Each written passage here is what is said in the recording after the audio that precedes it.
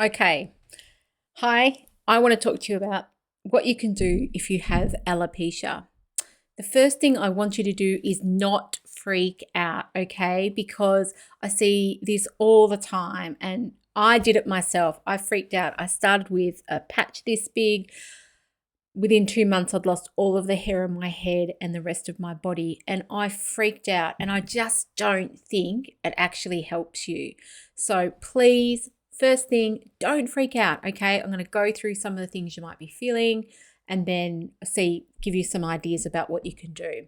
So the number one thing is you really need to protect your mental health while you're going through this phase, because I can say don't freak out, but I know you will be, because it is absolutely huge.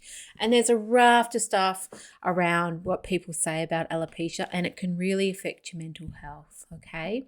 So the responses you might be feeling right now are anger and frustration.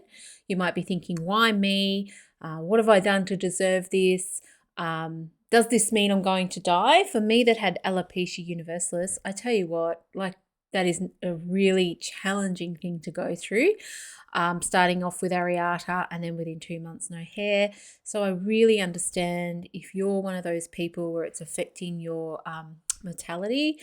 It's big. I had a young family. I didn't know what was happening. None of the doctors knew what was going on and no one could help me. So it's really, really confronting.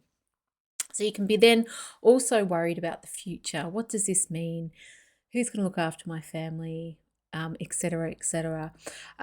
You feel powerless and hopeless, and sometimes you can't look past the worst case scenario, like that your hair won't grow back.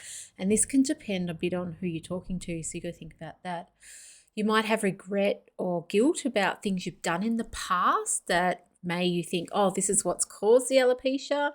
Maybe you hadn't been looking after yourself as well, or there were certain things that were happening. But it's not a great idea to have shame, because it just makes us feel worse about ourselves. But I understand if that's where you are. You may feel a sense of isolation because you don't know anyone with alopecia. And that's a horrible feeling as well. I'd never even heard of the word alopecia. I had someone talking to me about, I think that's what you've got. And that was just a friend who knew someone else with it. It was not a medical professional. So it was a really challenging thing to even hear, what is this term? What does that mean? And you may be feeling a big loss of self, who you are, a loss in your identity, questioning your identity as well. Big feelings, a lot of big feelings here. So to combat these things, I have quite a few ideas for you. Number one, I want you to protect your mental well-being. That is the utmost importance here. And I want you to find someone you can trust to talk these things out with. This could be a good friend that you trust to share your heart with. It could be a therapist. It could be a wise elder in the community that you've always liked and you feel that you could trust them to listen to you and how you're feeling and talk it out. But make sure it's someone who's not going to hurt your heart. This is so important. You need to feel safe with that person. If someone suggests that person to you, make sure you say, well, why do you suggest that? Have you seen them? What have you heard? They may have guided someone else through a challenging time or the same type of thing you're going through. So just make sure you get some sort of referral or reference from someone so that you're feeling a bit safer about who you're talking to, because you really don't need someone to wipe you down and make you feel worse about yourself. So on that note, I don't want you to share your heart or your inner feelings with those people that are harsh, sarcastic, not on your side, and are just downright not good types. They can bring you down to this big in a matter of moments. They're not your friends right now. You may have had to deal with them in your life just purely because they're in your life. But at the moment, I want you to give them a wide berth and look after your own mental health, okay? You don't owe them anything to talk to you about your hair. You don't need to hear if they said, oh, you shouldn't have drank so much, or you did this, or you've done that, or, oh, not surprised, whatever. You don't need it. So either don't spend any time around them, just do something to keep them out of your life at the moment. Number two, I want you to feed your body good themes, okay?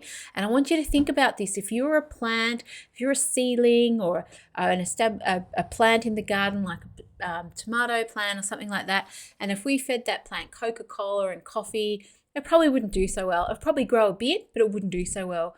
But if we put healthy fertilizer in there, plant feed, a manure of some type, the plant will flourish and grow and develop. Now, with alopecia, something's going on in your body that's making your hair fall out. So one of the things you can do to give it its best effort of getting better is feed it good nutrition, good food, rainbow colors of fruits and vegetables, and good drinks like water and kombucha. I'm not saying rule out tea or coffee or anything like that, but just think about what's going in and what would be really good to, if you think about a plant, think about what's going to make your body flourish while it's going through this time of hair loss.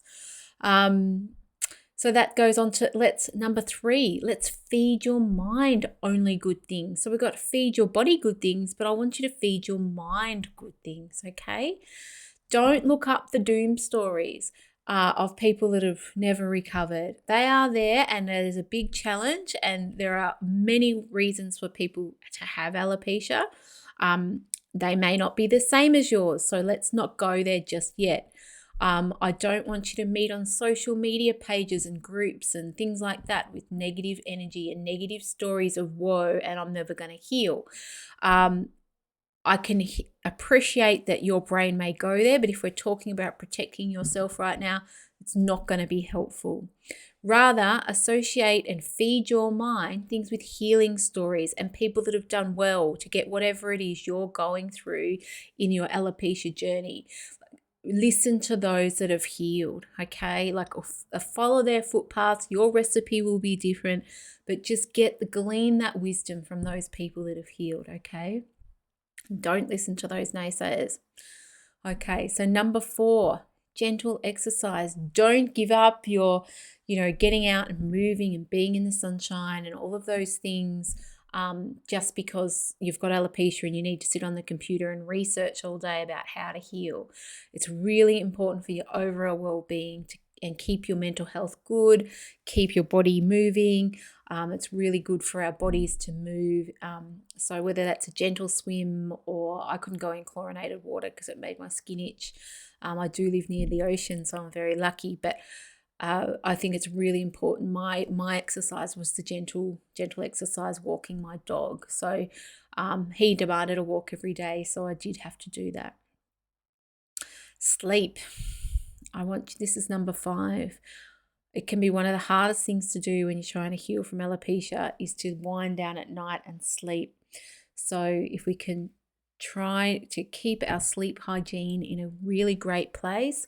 So don't take your phone into the bedroom, okay, and doom scroll or research scroll or whatever it is you're doing, because that blue light's going in at night. So keep it out in the kitchen, in the lounge room, whatever you need to do. If you need an alarm, go and buy one of those little alarm clocks or use an alarm clock that you already have. But don't get into that habit of being on your phone at night in the blue light. Have a healthy bedtime like 9 o'clock and go, okay, lights out by 10. Just have a healthy sleep routine, because that will keep your mental health in a good place, and that will help overall to your healing and mental health, okay? Whew. So there were 5 key points there, guys. It's protect your mental well-being, feed your body good things in terms of food and drinks, feed your mind good things, and that's in terms of who you're associating with and what you're reading, gentle exercise and sleep. And there's always more you can do in a healing journey, but they're just 5 things that I hope that are helpful today so that you can learn ways to heal your alopecia. Okay, bye.